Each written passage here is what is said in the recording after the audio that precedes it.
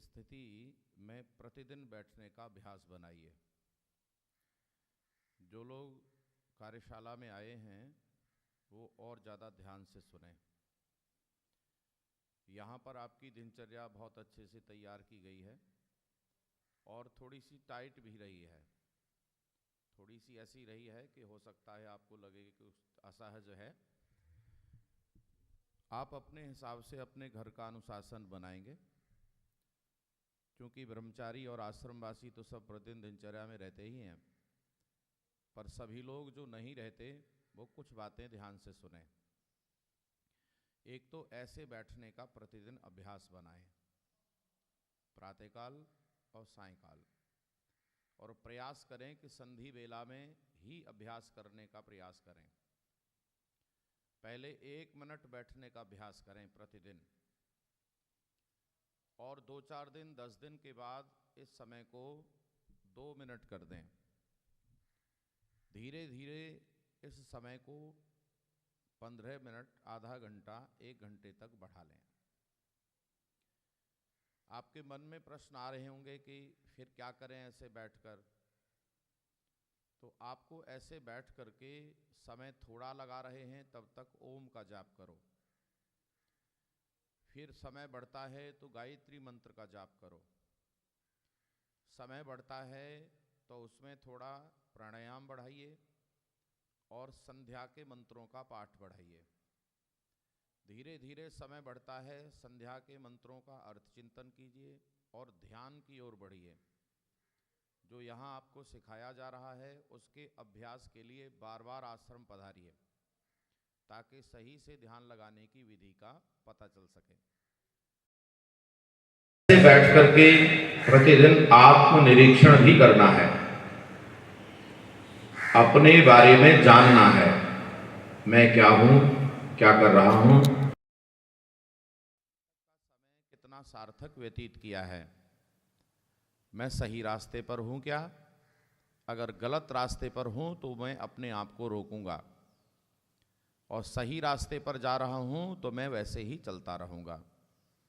इसके लिए कुछ काम करने हैं। जीवन की सफलता के कुछ आवश्यक कर्म हैं, मैं उनको बोलता हूं, आप मन मन में उनको दोहराइए। सभी मन मन में माता पिता की सेवा, बड़ों का आदर, विद्वानों का सत्कार, अच्छी पुस्तकों का नित्य अध्ययन, परमेश्वर का नित्य ध्यान, अग्निहोत्र का अनुष्ठान, संस्कारी संतान, समय का पालन, समय का सदुपयोग, पूर्ण पुरुषार्थ करता रहूँगा, करती रहूँगी।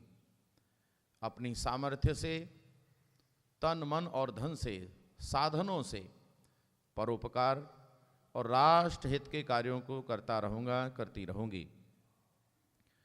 हे प्रभु, मुझे शक्ति प्रदान करो जिससे मैं अपने संकल्पों को पूरा करके जीवन सफल कर सकूं। आप ऐसे ही प्रार्थनाओं को दोहराते रहिए। हम आपके जीवन के लिए शुभ कामनाएं प्रेषित करते हैं, शुभ आशीष प्रदान करते हैं। ओम सौभाग्यमस्तु, ओम शुभम भवतु।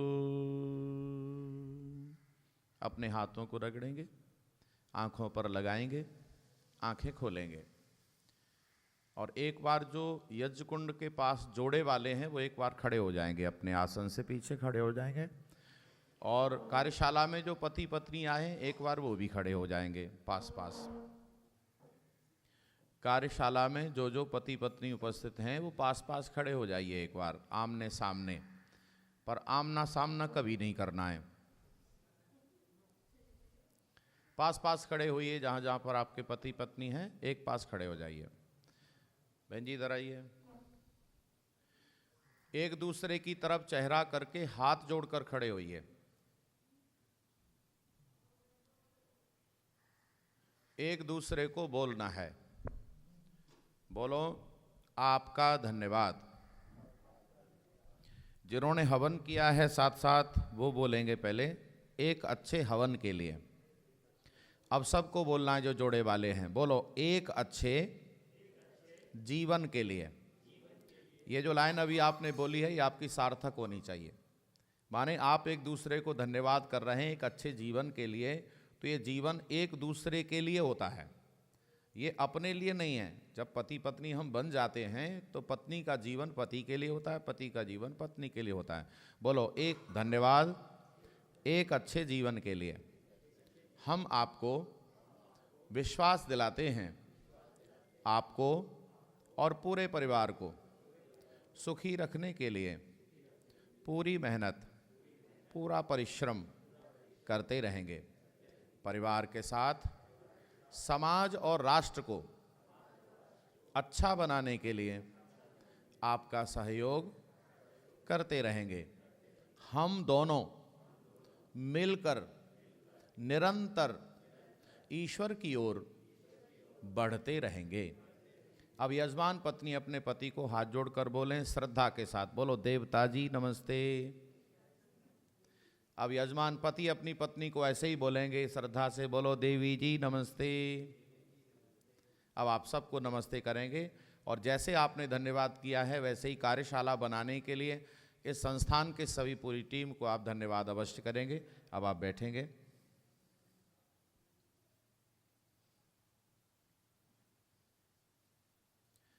एक दो जानकारी इस समय आपको देनी है और फिर उसके बाद फिर आगे के क्रम में जुड़ेंगे हम।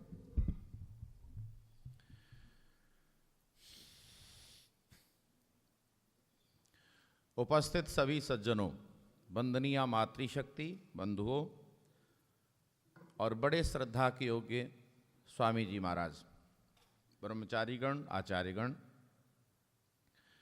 यज्ञ के संदर्भ में हमने आपको कल दो बातें बताई थीं। एक विद्वानों का सत्कार और दूसरा यथा योग्य शिल्प। आज दो बातें आज बताएंगे। तीसरी बात है विद्या आदि शुभ गुणों का दान। तो यदि आप विद्या दान दे रहे हैं तो आप यज्ञ कर रहे हैं, और विद्या ग्रहण कर रहे हैं तो भी यज्ञ कर रहे हैं, और विद्या के आदान प्रदान में सहयोगी बन रहे हैं, बोलो, तो भी यज्ञ कर रहे हैं। आपको मैं यहां एक उदाहरण देता हूं। महर्षि दयानंद सरस्वती जी महाराज गुरुवर विरजानंद जी महाराज के पास अध्ययन के लिए पहुंचे, और जब उन्होंने स्वीकार कर लिया कि दयानंद मैं तुम्हें पढ़ा दूंगा, लेकिन मेरे पास आवास और भोजन की व्यवस्था नहीं है, ये दो व्यवस्थाएं कर लो, और मैं पढ़ाने का कुछ लेता नहीं हूं, इसीलिए मेरे पास पढ़ने के लिए आते रहना। कई दिन तक महर्षि दयानंद ने चने खा करके गुजारा किया, क्योंकि भोजन की व्यवस्था कैसे होगी। तब एक व्यक्ति मिले। जब महर्षि दयानंद जी महाराज से बार बार उनकी जीवनी पूछने का, बताने का आग्रह किया, तब महर्षि दयानंद जी महाराज ने अपने द्वारा बताई लिखी गई जीवनी में लिखा है कि मैं अगर इन व्यक्तियों का नाम ना लूं तो मुझे कृतघ्नता का दोष लगेगा। ऋषि दयानंद ने उन व्यक्तियों का नाम बड़े सम्मान के साथ लिखा है। उनमें से एक व्यक्ति का नाम इस समय उद्धृत कर रहा हूं, उसका नाम है अमरलाल जोशी। अमरलाल जोशी को पता चला तो वो एक दिन स्वामी जी महाराज से कहते हैं, मुझे पता चला है कि आपके भोजन की व्यवस्था होनी है, मेरे ऊपर बड़ी कृपा होगी यदि आप प्रतिदिन मेरे घर भोजन करने के लिए आते रहें। क्या भाव है, क्या संदेश है। अब महर्षि दयानंद क्या लिखते हैं, उसे लोगों ने कितना अच्छे से समझा।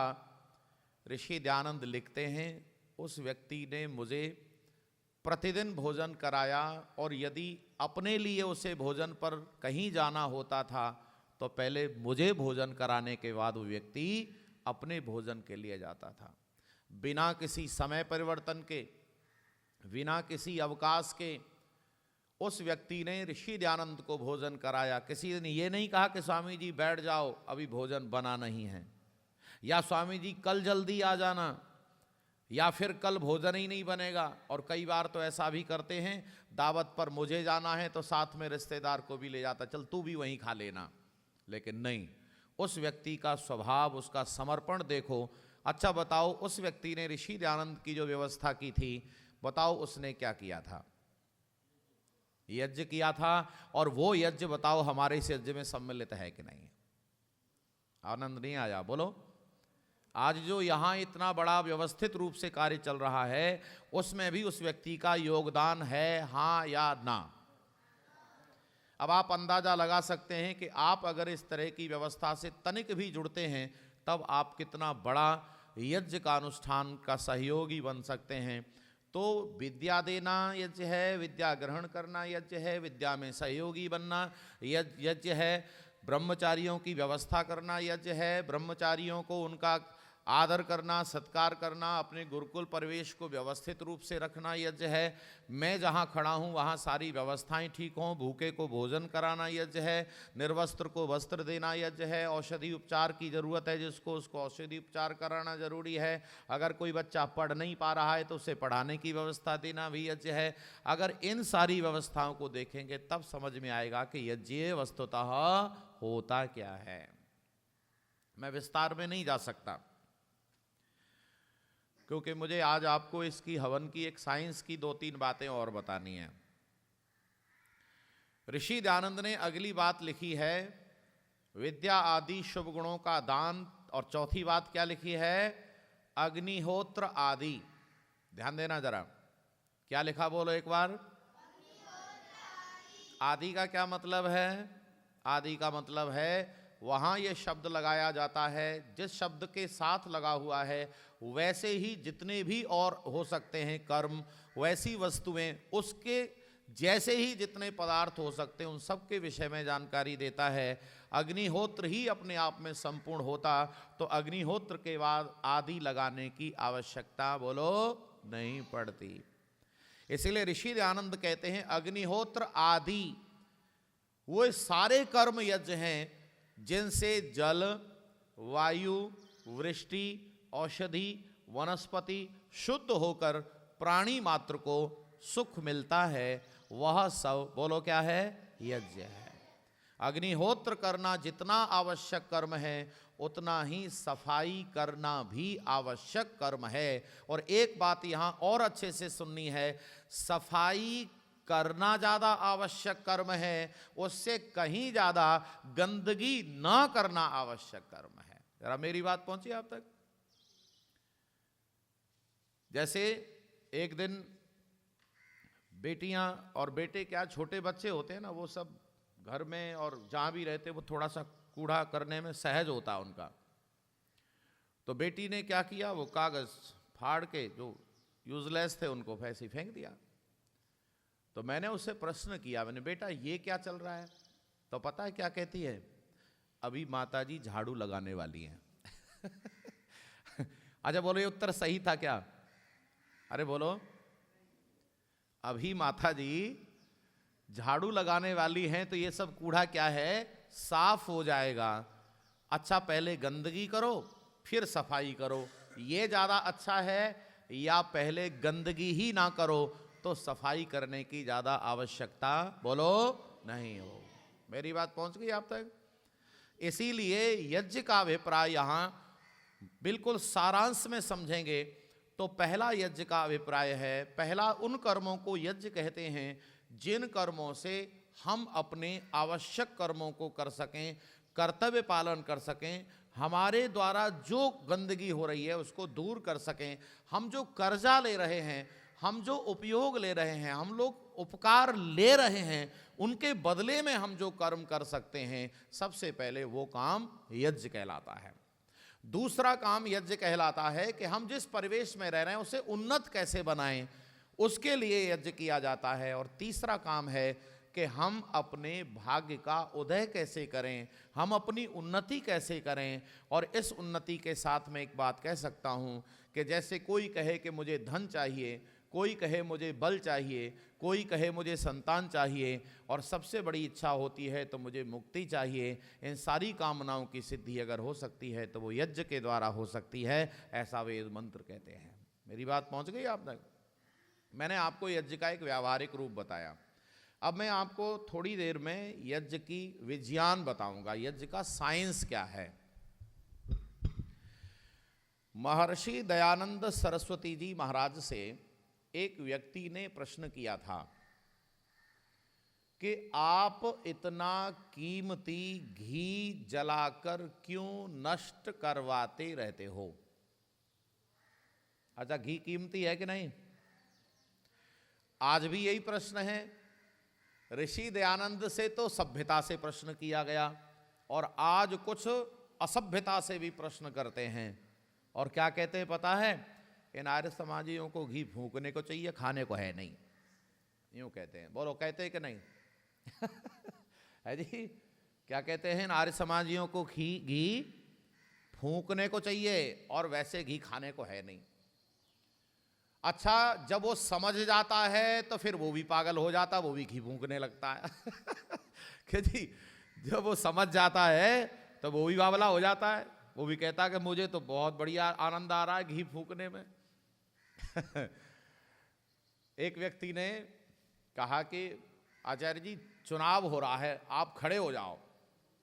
मेरे से व्यंग करता है, मित्रवत है। और वो क्या कहता है पता है? वो कहता है, आपका चुनाव चिन्ह क्या रखा जाएगा पता है? हवन कुंड। मतलब वो मेरे साथ रहकर उसके व्यवहार में पता चला हमारा चुनाव चिन्ह क्या होगा। वो क्या कहता है? हवन कुंड रखा जाएगा चुनाव चिन्ह। मैंने कि वाह, अच्छा, मुझे कितना अच्छा लगा होगा कि कम से कम मेरी पहचान इस व्यक्ति को हो तो गई है कम से कम, कि मैं किसके साथ जुड़ा हुआ हूं। तो जब व्यक्ति ये कहता है तो महर्षि दयानंद जी महाराज एक व्यवस्थित, एक साइंटिफिक उत्तर देते हैं। वो कहते हैं, मित्र, अगर तुम पदार्थ विद्या जानते तो ऐसा ना कहते, क्योंकि कभी किसी पदार्थ का अभाव नहीं होता है। आप कितनी बात मेरी समझेंगे ये आप जानें, पर आपको ये समझना जरूरी है। इसीलिए कम समझने से काम नहीं चलेगा। बात समझ में नहीं आए तो पूछ लेना। अब नहीं पूछना, मेरे से नहीं पूछना, श्रद्धेय स्वामी जी बैठे हैं, बहन जी हैं, और भी यहाँ सब विद्वत परिषद है, सबको किसी से पूछना। वो जो बता सकेंगे अच्छा बताएंगे। दो बातें। एक तो ऋषि दयानंद कहते हैं कि तुम पदार्थ विद्या नहीं जानते। अच्छा बताओ, पदार्थ विद्या कौन से सब्जेक्ट में पढ़ाई जाती है? जोर से बोलो जिसको मालूम है। साइंस में, विज्ञान में पढ़ाई जाती है पदार्थ विद्या। अच्छा, पदार्थ विद्या विज्ञान के कौन से पार्ट में पढ़ाई जाती है? केमिस्ट्री। है जी? है जी? किसमें? केमिस्ट्री में पढ़ाई जाती है। हर पदार्थ का उसका अपना नाम दिया हुआ है, हर पदार्थ के उसके गुण लिखे हुए हैं, हर पदार्थ के कौन से तापमान पर क्या रिएक्शन होता है, कौन क्रिया करके कौन से पदार्थ रिलीज होते हैं, यह सारा केमिस्ट्री का सब्जेक्ट है। ऋषि दयानंद ने पहली बात बताई कि तुम विज्ञान नहीं जानते हो, और दूसरी बात बताई विज्ञान की वो बात कि जिसकी वजह से तुम ये कह रहे हो, तुम ये नहीं जानते हो कि पदार्थ का कभी अभाव, ये अभाव शब्द दर्शन का शब्द है और साइंस में प्रयोग कर दिया ऋषि दयानंद ने। अभाव शब्द का अर्थ क्या है? इधर से आवाज आनी चाहिए। अभाव का अर्थ अक्सर लोग कमी कहते हैं, लेकिन दर्शन में अभाव शब्द का अर्थ है न होना। बोलो जरा, क्या है? और विज्ञान ये कहती है जो पदार्थ है वो है, उसका कभी नाश नहीं हो सकता, और जो पदार्थ नहीं है, आवाज नहीं आई, डॉट डॉट करके मैंने छोड़ा, आपका उत्तर आना चाहिए। जो पदार्थ नहीं है वो कभी पैदा नहीं हो सकता। और दर्शन में एक शब्द है नाश, और नाश शब्द का अर्थ है नाश कारण लय। क्या है बोलो जरा? जो वस्तु हमारे पास है वो अपने कारण में चली जाती है, उसको कहते नाश। और व्याकरण में एक सूत्र है अदर्शनम ना दिखाई देने का नाम लोप है। वस्तुतः नहीं है ऐसा नहीं कह सकते। व्याकरण में जो शब्द वहां, जो वर्ण दिखाई नहीं दे रहा है, वो है कि नहीं है? वो है। उसे देखने वाला देख लेता है। तो अदर्शनम जो दिखाई नहीं दे रहा उसका नाम लोप है, समाप्त होने का नाम लोप नहीं है। अच्छा बोलो, साइंस है कि नहीं? क्या साइंस है कि हमारा जो घी डाला गया है वो नष्ट, बोलो, नहीं हुआ? और इसमें से घी सामग्री समिधा अगर तगर चंदन चूरा नागर मोथा गिलोय गुग्गुल मेवा मिष्ठान जो कुछ भी डाला गया है वो कुछ भी समाप्त नहीं होता। उसका उदाहरण देखना चाहते हो तो मिर्च डाल के देख लो, दूर दूर तक पता चल जाएगा। नष्ट हो जाता तक वहां तक कैसे गया?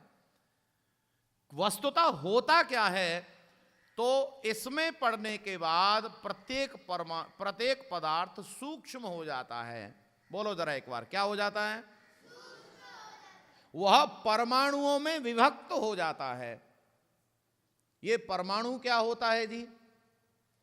परमाणु परम अणु, अणु कहते हैं सूक्ष्म कण, और परमाणु किसे कहते हैं? अति सूक्ष्म कण। संस्कृत में क्या है? परमाणु सूक्ष्म कण और अणु सूक्ष्म कण और परमाणु परम अणु सूक्ष्म अति सूक्ष्म कण। और साइंस ने भी परिभाषा दी जिसका और कोई खंड नहीं किया जाए।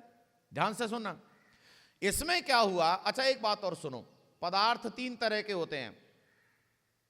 8वें तक चलना है ना? हाँ, पदार्थ 3 तरह के हैं, ठोस, द्रव और गैस।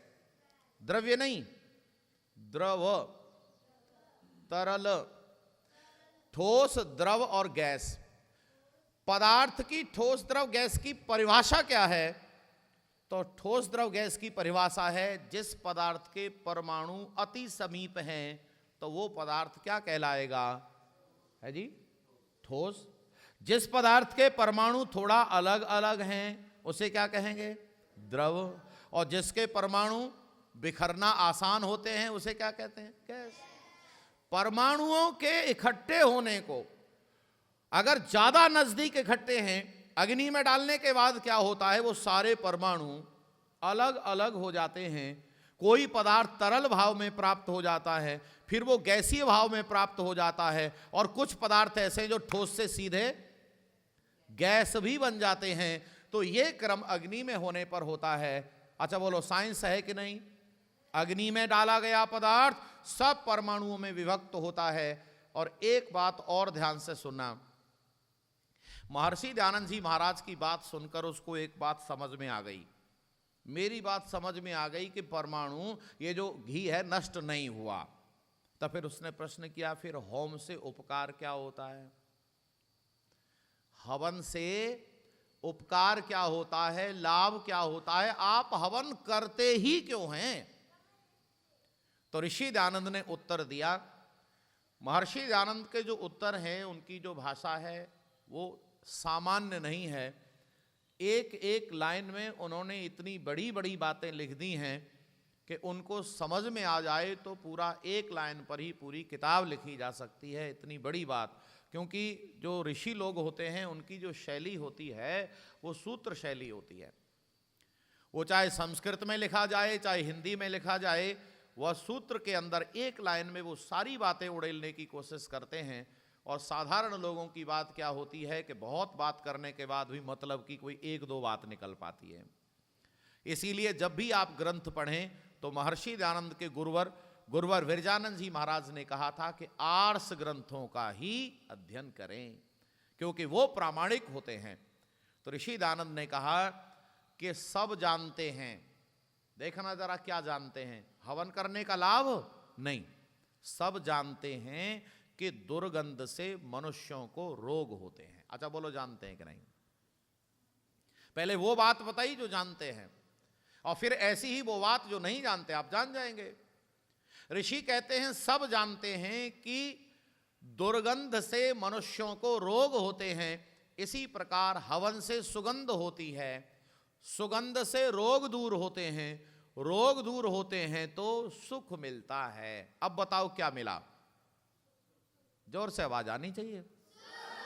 हम सुख तक पहुंच गए, लेकिन जो वितंडा फैलाते हैं ना, जो बवाल करते हैं ना, वक्ता की बात को पकड़कर उसे नीचा दिखाने की कोशिश करते हैं ना, वो लोग उसके उद्देश्य, उसकी भावना, उसके सत्य स्वरूप को नहीं पकड़ते। वो उसमें से वो बात पकड़ते हैं कि इससे नीचा कैसे दिखाया जाए। तो सामने वाले व्यक्ति ने बात पकड़ी कि स्वामी जी अगर सुगंध ही करनी है तो फिर आपको हवन करने की क्या जरूरत है, सुगंध तो सेंट छिड़क कर भी। क्या तरीका बताया है सेंट छिड़क दो सुगंध हो जाएगी। लेकिन ऋषि दयानंद का जो उत्तर है वो अगर आपकी समझ में आ गया, उत्तर तो आप सबने सुना भी होगा, लेकिन आज मैं उसकी साइंस आपको बताऊंगा। ऋषि दयानंद जी महाराज कहते हैं इत्र छिड़कने से सुगंध तो आएगी, इत्र छिड़कने से सुगंध तो आएगी, लेकिन दुर्गंध नहीं जाएगी। हवन की गंध में वह वेदक शक्ति होती है कि जो दुर्गंध को नष्ट कर देती है और सुगंध को भर देती है। ये उत्तर आपको समझना है। दुर्गंध नष्ट कैसे होगी, सुगंध कैसे भरी जाएगी, हवन से कैसे होगा? तो यहां पर एक नियम काम करता है, उसका नाम है एयर प्रेशर, वायु दबाव। आनंद लेना जरा।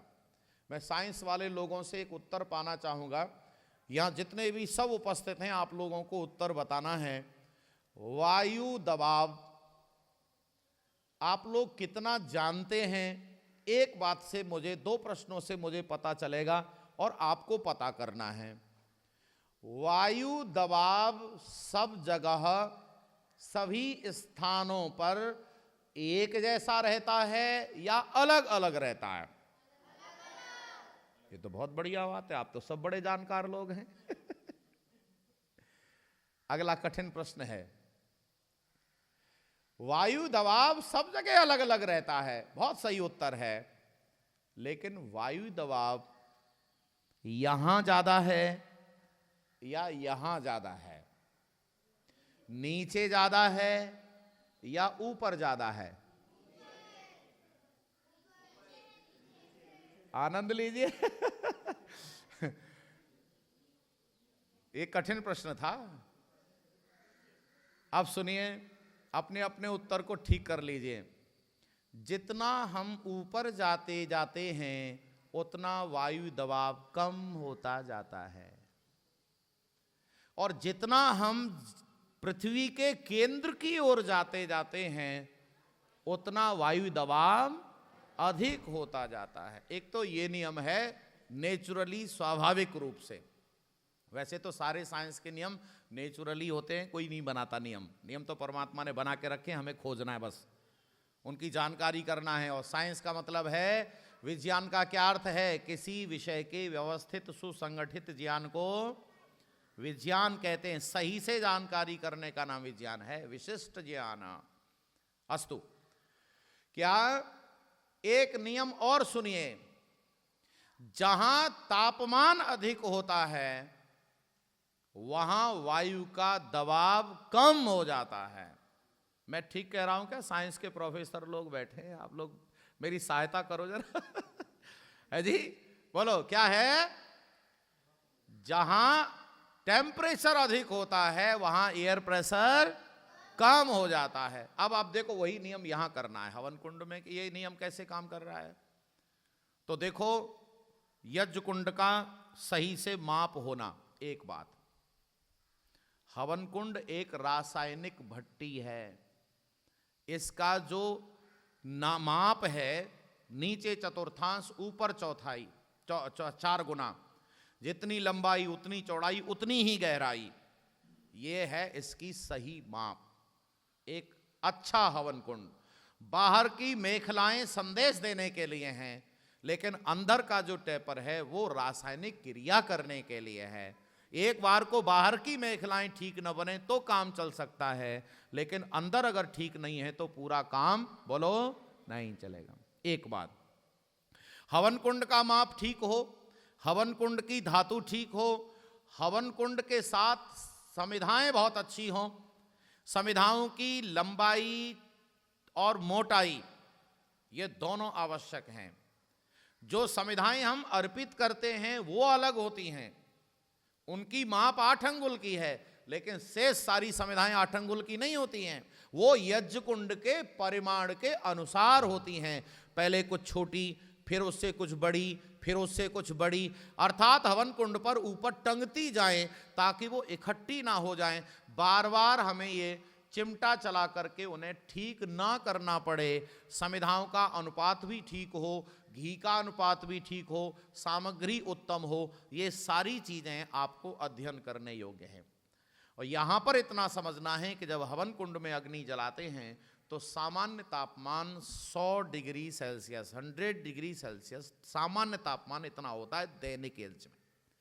और जब बड़ा यज्ञ करते हैं, पारायण यज्ञ करते हैं, तो 1000 डिग्री सेल्सियस से भी तापमान ज़्यादा हो जाता है।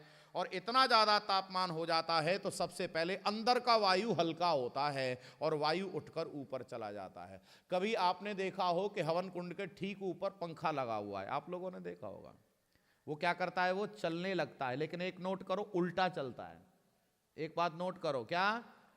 क्यों? क्योंकि हवा ऊपर से नीचे आएगी तो सीधा चलेगा और नीचे से ऊपर जाएगी तो उल्टा चलेगा। ये देखने के लिए बता दिया मैंने, आप देख लेना कभी, क्योंकि यहां से हवा बहुत तेजी से टक्कर मार रही है उसको और वो उसको चला रही है। यहां की वायु ऊपर जा रही है, बहुत तेजी से जा रही है, और हवन कुंड बिना वायु के नहीं रह सकता। इसीलिए पास पास की वायु सिमट सिमट करके हवन कुंड में आ रही है। अब बोलो, वायु धुली कि नहीं धुली? जोर से बोलो। यह है उत्तम काम जो अग्निहोत्र के द्वारा संपन्न होता है। अग्निहोत्र में जो पदार्थ डाले जाते हैं वो एक पदार्थ के परमाणु दूसरे पदार्थ के परमाणु से क्रिया करके नए पदार्थ, अर्थात नए ऐसे उपयोगी पदार्थ, गैसेस रिलीज होती जो हमारे लिए उपयोगी होती हैं। अगर सावधानी नहीं बरती तो कार्बन डाइऑक्साइड ज़्यादा बन जाएगी, कार्बन मोनोऑक्साइड भी बन सकता है यदि हवा के आदान प्रदान का ज़्यादा उचित प्रबंध ना किया जाए। और अगर आपने सही व्यवस्था में पदार्थों को मिलाया है तो ऑक्सीजन भी रिलीज होगी इसमें से। और कई बार तो उसमें रासायनिक समीकरण में ये भी लिखा है डॉक्टर राम प्रकाश जी ने कि इसमें से ओजोन भी रिलीज होती है और एल्डिहाइड जैसी अनेक गैसें रिलीज होती हैं। हमारे लिए उपयोगी सारा सामान इसमें से उपस्थित होता है। तो नोट करो, हमारे स्वास्थ्य के लिए, पर्यावरण के लिए, पशुओं के रोगों के लिए, औषधि वनस्पतियों के उपचार के लिए भी हवन की कितनी बड़ी ज़रूरत है। यह है आपके पास एक साइंस का फॉर्मूला। मैं समझता हूँ इतना बहुत है, समय हो गया है, शेष बातें फिर करेंगे। आपने बड़े धैर्य से सुना और मुझे आशा है कि आप इस कर्म को अपने जीवन में अभ्यास के साथ नित्य प्रति जोड़ेंगे। ऐसी शुभकामनाओं और आशाओं के साथ आप सबका बहुत बहुत धन्यवाद।